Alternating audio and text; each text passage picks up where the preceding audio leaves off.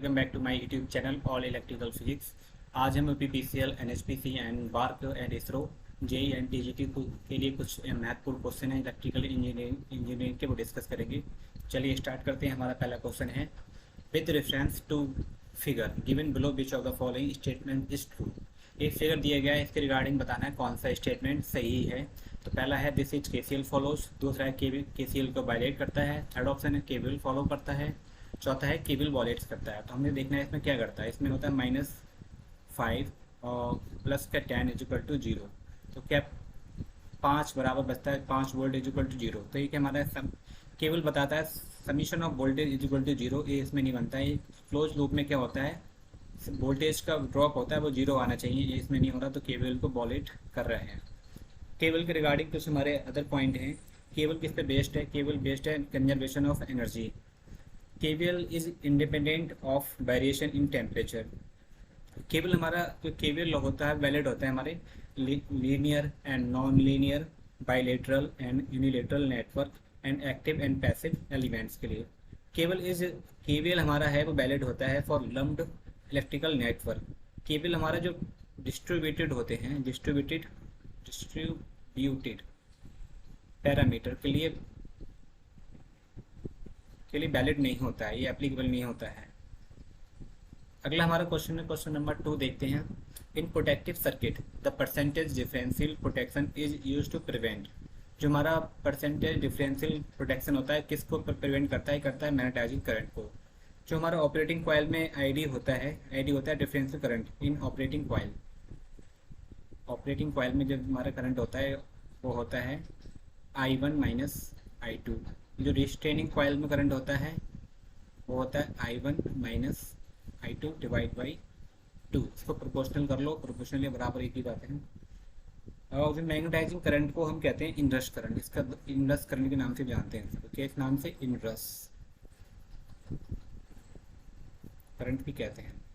Question number 3 हमारा है, इसमें हमें निकालना है जो वायर का क्रॉस सेक्शन एरिया। इसमें RG35 क्या है, ओम दे रखा है यहाँ पर 35 ओम पर किलोमीटर। तो R इसमें हो जाएगा 35 ओम और लेंथ हमारा हो जाएगा पर किलोमीटर तो 1000 मीटर। और रो आपको दे रखा है 0.7 10⁻⁻8 ओम मीटर। आप फॉर्मूला लगाएंगे R इक्वल टू ρL/A। यहाँ से A का मान हम फाइंड आउट कर सकते हैं। क्वेश्चन नंबर 4 हमारा है, the part of DC motor that is design to have maximum thermal stress. जो मैक्सिमम थर्मल स्ट्रेस कौन से पार्ट को डिजाइन करते हैं सहने के लिए? आर्मेचर बाइंडिंग को डिजाइन करते हैं, स्लिप रिंग डिजाइन करते हैं, कम्यूटेटर डिजाइन करते हैं या फ्लैट बाइंडिंग।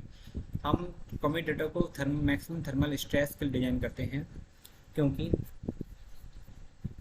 जो बाय कॉपर सेगमेंट क्योंकि ये होता है कॉपर सेगमेंट्स का बना होता है जो इंसुलेटेड होता है विद माइका सेगमेंट्स की से।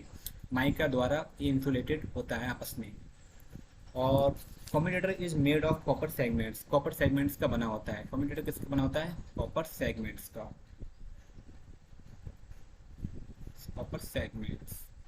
का बना होता है। और माइका का हमारा डाइलेक्ट्रिक स्ट्रेस कितना होता है? माइका का डाइलेक्ट्रिक स्ट्रेस होता है 1180 kV पर सेंटीमीटर। ये अप टू 600 डिग्री सेल्सियस तक रहता है। क्वेश्चन नंबर, और जो हमारा कम्यूटेटर क्या करता है? कम्यूटेटर करता है convert alternating torque into unidirectional torque. ये आपका एक्स्ट्रा पॉइंट है, याद रखना है। Convert alternating torque into unidirectional torque. Question number 5 देखते हैं, the current carrying capacity of AC cable. AC cable का करंट कैरिंग कैपेसिटी किसके द्वारा इफेक्ट होता है? The charging current has no effect. इस पर चार्जिंग करंट कोई इफेक्ट नहीं डालता है। Is increased by charging current के द्वारा बढ़ता है। Charging current will start copper loss. Charging current क्या है? स्टार्ट करता है कॉपर लॉस को। या फोर्थ ऑप्शन है इज रिड्यूस्ड बाई चार्जिंग। तो फोर्थ ऑप्शन हमारा ठीक है, इज रिड्यूस्ड बाई IC। ये हमारा क्या होता है? करंट कैरिंग कैपेसिटी AC में क्या होती है? रिड्यूस होती है बाई चार्जिंग करंट। पर DC की हमारी जो DC में होता है current carrying capacity, DC cable की, या DC हम किसी केबल में DC फ्लो कर रहे हैं तो उसकी कैपेसिटी ज़्यादा होगी कंपेयर टू AC। क्योंकि क्या होता है in AC transmission line due to presence of capacitance in the transmission line, जो हमारा चार्जिंग करंट फ्लो करता है किससे? कैपेसिटेंस से। That the reduce current carrying capacity of the cable, ये आपको याद रखना है। और इसमें है charging current capacity of cable in DC is more than the AC cable. Question number 6 देखते हैं, which is the transformer whose secondary binding is always kept closed, किस ट्रांसफार्मर की सेकेंडरी हमेशा क्लोज रखी जाती है? Voltage transformer, distribution transformer, power transformer या current transformer. हमारा जो सीटी होता है उसकी सेकेंडरी हमेशा शॉर्ट रहती है। सेकेंडरी शॉर्ट क्यों रखते हैं? क्योंकि is always short circuited to avoid core saturation and through high voltage induction, क्योंकि हाई वोल्टेज इंडक्शन द्वारा जनरेट ना हो। CT can be use to measure high value of current. इस सीटी को हमारे 1:5, 500, 1:100 और 1:1100 रेशियो की सीटी यूज की जाती हैं टू मेजर, इधर लिखो, to measure high value AC currents in transmission line TX lines। Question number 7 देखते हैं, in shell type transformer the leakage current is reduced by, leakage current कैसे कम किया जाता है? HP एंड LV को सैंडविच बना के हम लीकेज करंट को कम करते हैं। इसके कुछ हमारे फायदे हैं सेल टाइप ट्रांसफार्मर के। पहला है मैग्नेटिक फ्लक्स हमारा कम हो, लीकेज कम हो जाता है। कूलिंग जो हमारी सिस्टम होता है वो इफिशिएंटली काम करता है।